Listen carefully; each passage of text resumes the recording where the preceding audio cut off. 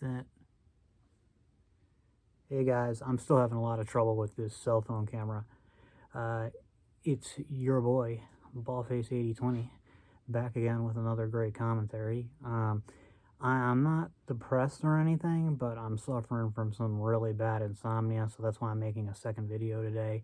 Like right now, it's pretty late or pretty early, depending on your point of view, and I would say I'm at least 2 hours away from falling asleep.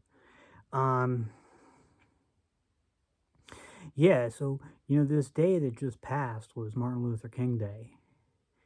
And so, I'm seeing a lot of stuff on Twitter about it.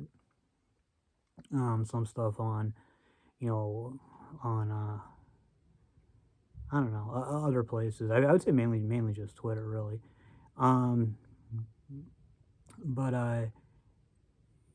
so you hear a lot of stuff, and you notice that, like, in my channel, I don't really talk about race, and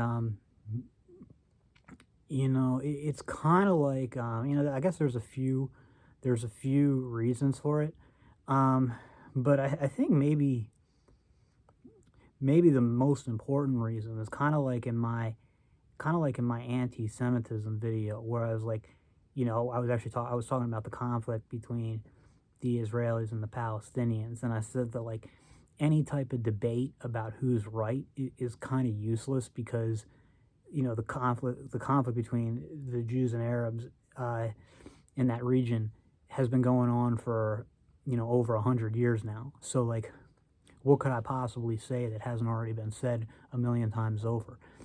And I think that's even more extreme when it comes to race in America, like, especially me.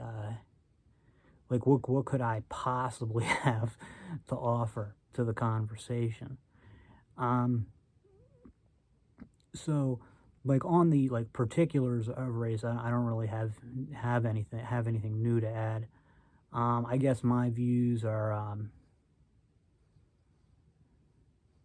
I don't know if you'd call them heterodox or what. I mean, like, in some ways, my views on race are, like, way to the left of even most Democrats.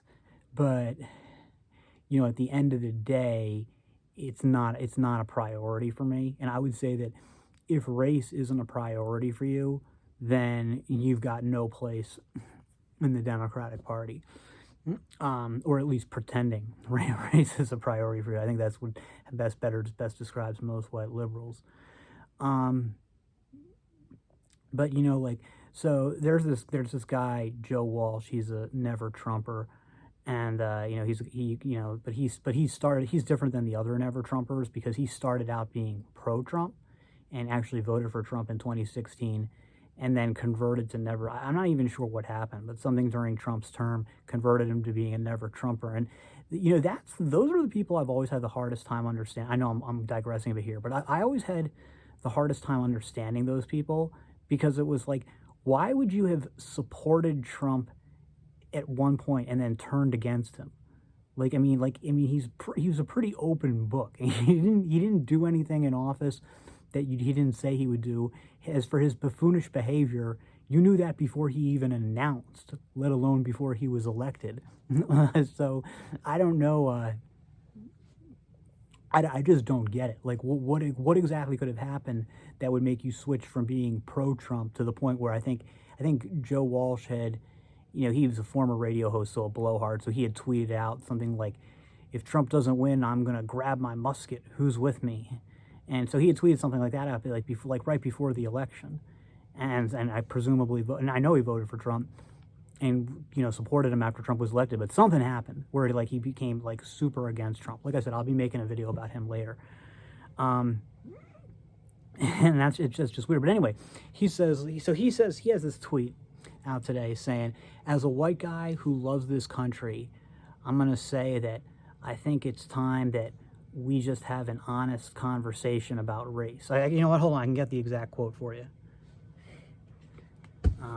Sorry, I don't have my glasses on. I say this as a white... I'm sorry. I say this as a white guy who loves this country. This country needs to have an honest, tough conversation about race. and it's time for us white Americans to do more listening and to feel uncomfortable. Well, I think that I'm not going to get here and sit here and mock the guy or whatever. But I just think it's such it's not even an opinion. It's just objectively wrong. It's just objectively incorrect. I would have to say we need to have a conversation about race. What have we been doing for the last 20 years? Hasn't the last, certainly since Obama was elected, I feel the last, 12, 13, 14 years have been one long conversation about race. Furthermore, you understand here that, and I don't endorse the guy at all. I know I have to be careful what I'm saying. I don't even read him anymore, but I'm sure a lot of you guys are familiar with Steve Saylor. I used to read him back in the day. I was more sympathetic to him back when I was never really into the anti-black stuff, but I was super into the anti-immigrant stuff. And, but I was sympathetic with all the stuff he said about race and, how I saw American politics as largely a racial thing of non-whites versus whites. That's how I used to see things. Honestly, his writing is probably what got me to start seeing stuff that way. But, and I don't see that at all anymore. And in fact, the reason I don't read him anymore is because I see his entire worldview as archaic and irrelevant.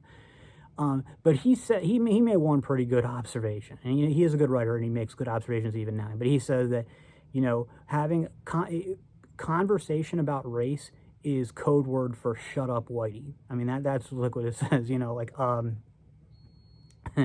that's what it is. And, because that's any conversation would be really one way by design, and I don't even say that as a criticism. The thing is because generally a conversation would involve each side airing their grievances, right? Well, given the history, the very unique history of blacks in this country, of course, 400 some years, right? There's a lot of grievances there. And so you would expect them to air those grievances out. But if you were to have the reverse, if you were to have white people airing their grievances against the black community, that would come off as just in horrible taste. I absolutely think that there would be no place for that. That would be because again, the history is totally different. And, even today, you still, at the end of the day, whatever you think of the black community in the United States, they have no political power and they are financially in a bad place. Black America is broke.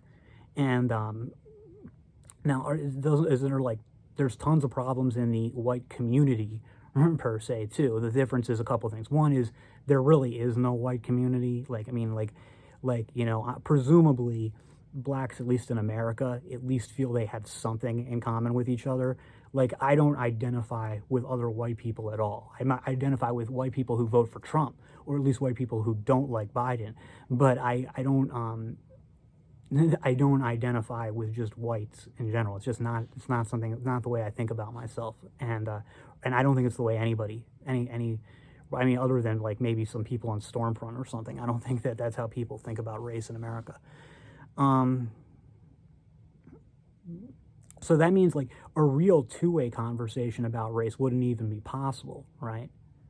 Right? Isn't that the logical conclusion? You could only have a one-way conversation.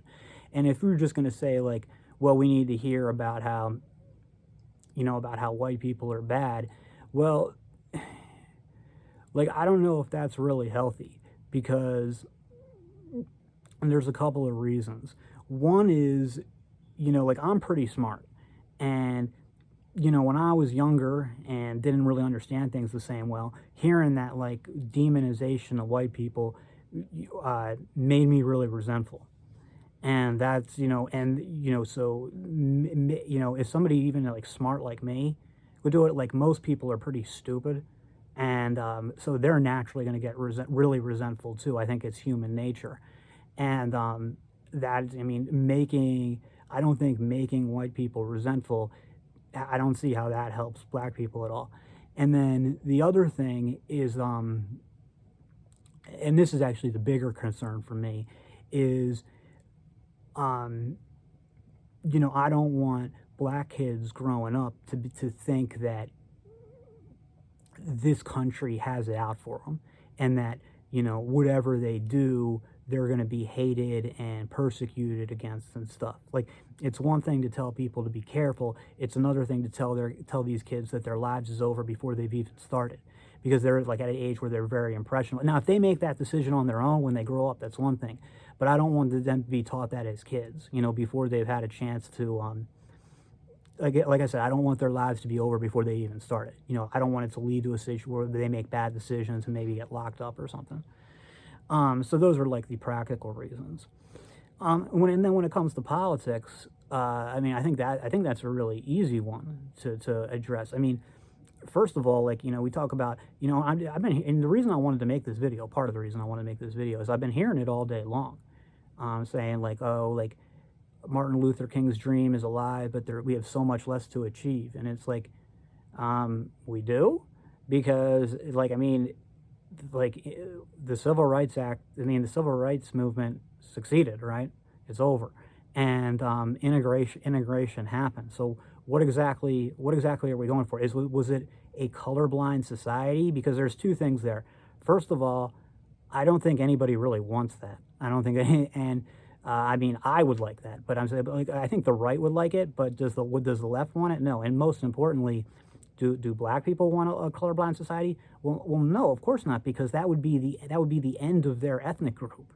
I mean, a colorblind society, essentially, you're kind of, I mean, as being a little dramatic here, but you're kind of truly colorblind society would essentially mean, sort of could kind of even be described as a black genocide, because you would be just merging the black American nation, whatever you want, into a wider group. And then you could say, like, well, yeah, but they both combined into one. It's like, yeah, I get that, but like there's a lot more whites than there are blacks, or a lot more non-blacks than there are blacks. If we all merge together, the smaller groups are going to lose their unique identity.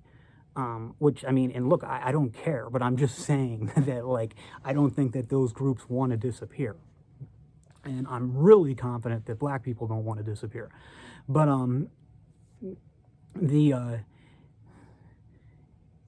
so I don't believe, I mean, I don't, like I said, I'm not convinced that, I mean, if you mean colorblind under the law, again, things are already like that. Now, I know that especially in the blue collar professions, there's a lot of anti-black discrimination.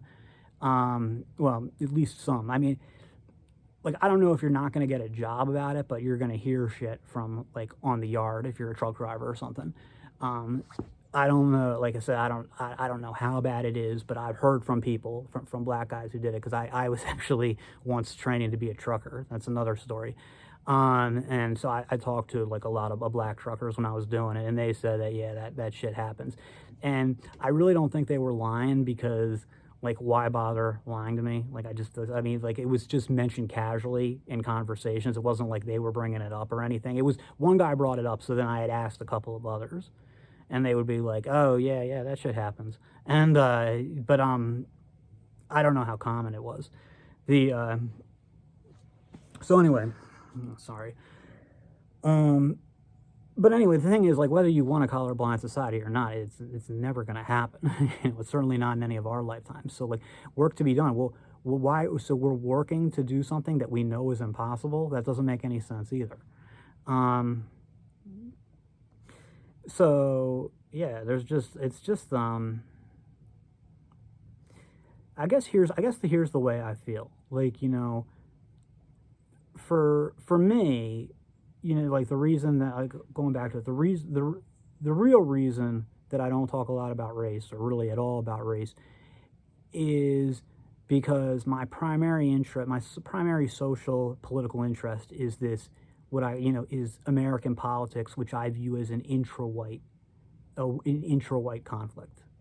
So anything that deals with it, like anything outside of that intra-white conflict is, it's not that it's unimportant, it's just not a priority for me. Like I said, my goal is, for a long time now. So, it's been, it's because, it used to be more focused on anti-immigration stuff like that. Like I said, I never really bought into the anti-black stuff, but I did think it was politically useful for us.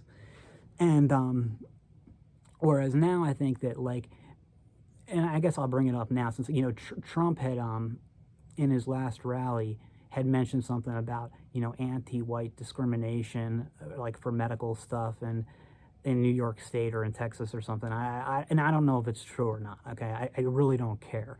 Because I'm saying, like, this stuff, this people on our side talking about saying things that are anti-white or whatever. It's just like, it's bullshit, and B, it's a distraction. Because, it gets to the thing. Let's say it's true. Let's say all this shit is real, and whites really are being, sent to the back of the line for medical care. Well, it's white people who are doing that. It's a government of white people who are doing that. I mean, who calls the shots in the Democratic Party? Like, it's all white people. Like, yeah, I know Obama's there, but if you think of, like, who are the people behind Obama, it's all, all whites. So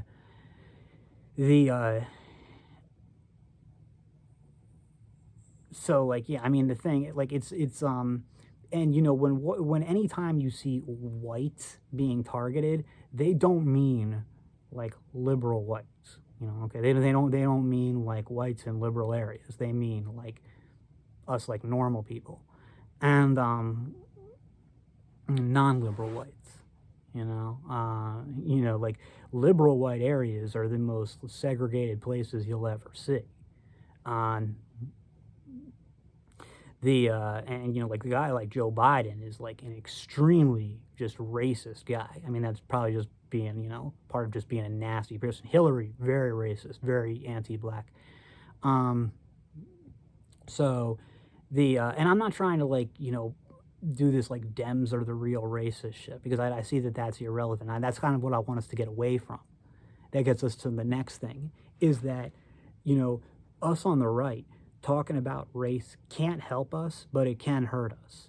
What we never want to do is be in a situation where, because the left is going to call us racist no matter what. And, in their partial defense, I'm going to say two things in their partial defense about this. One is, and I've used this word before, like, there is a lot of racial resentment, I don't know how to say it. It's not resentment. It's a word that means, like, you don't actually, like, dislike a race, but you have kind of, like, these sort of feelings of grievance towards them, like, oh, they need to get their act together, or they get special treatment, or, I'm sick of them, or like stuff like that. Like, I don't know how to pronounce it. There is a lot of people on our side, who had that, and like I said, because I myself used to be a lot like that, and I have a lot of Trump supporting friends, and they're all like that, like all of them. So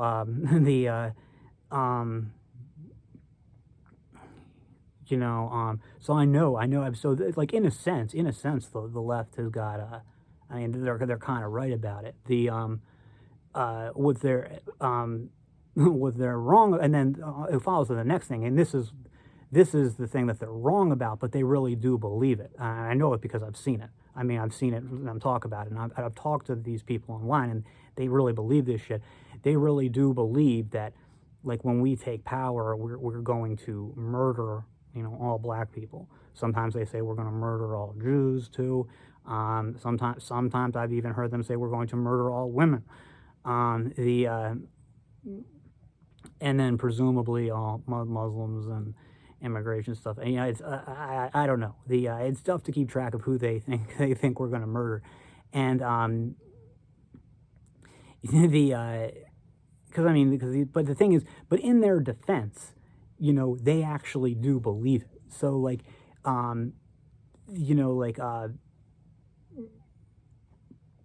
So like they've got so I see where they're getting at for here, but the thing is they're going to call us racist no matter what. um there's always, like, I think based on what I said, you can understand that the fact is there's at least a kernel of truth there. It's just a fact. I'm genuinely sorry about it, but nothing I can do. And but we can't be on the defensive, about it. I think, Trump probably handled it the best of anybody I've ever seen it. Like, they call Trump a racist, and he goes, "I'm not a racist. I'm like the least racist person you'll know, least racist person you know." Moves on. Doesn't anybody? He never would. Can you imagine Trump trying to prove that he's not a racist? Like, it's not how, it's just not how he operates. And like, I wouldn't even say that.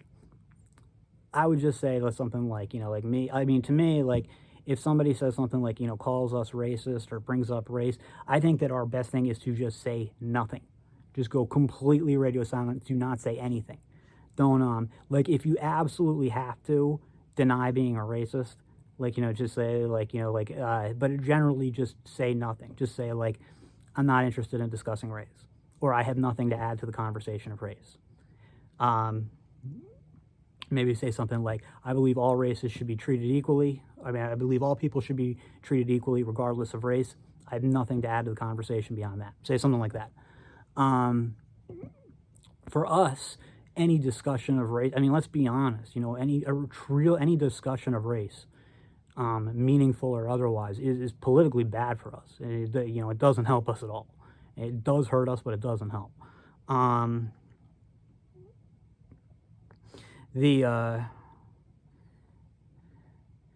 So yeah, I mean, that's but anyway, there's this I think I got way late a little here. I wanted to share this story. This is actually, I was watching this documentary, maybe I told the story before, about this federal prison called Lewisburg. And so they were interviewing inmates in the prison. This is made either in the early 90s or probably the 80s, I think, because I watched it in high school in the late 90s. And they're interviewing this one black guy working in the kitchen. And he said his name was Hot Hands. That was his nickname on the street, so that's what they called him here. And he was just talking about life in prison and the way things go. And they were like, "Well, what do you think the solution for that is?" And he said, "Well, I'd know there's, once you know there's no solution to a problem, there's no longer a need to discuss that problem." And I thought that was some very good wisdom. And that's kind of like what it is like with race. Like, I feel like, people think if we talk about it enough, we're going to make race disappear as an issue in America. And it's like, it's kind of too late for that. I mean, you would have had to, if you wanted race to not be an issue, you would have had to do that. Like, maybe don't have the slave trade, or don't, like, base so much of the American identity on, hating black people and stuff like that. It's too late to just say, like, I don't know if we can, after all that shit that's happened in the past, just say, all right, like, now we're all equal, we're all Americans, let's just move on. I mean, on a practical level, that's, how people of any race try to live their lives. I get that. But in terms of, like, how people identify with, themselves, with their communities, how they view, each other and stuff, I don't think it's really realistic, to just say, like, that if we just talk about race, that we're going to make it disappear as an issue.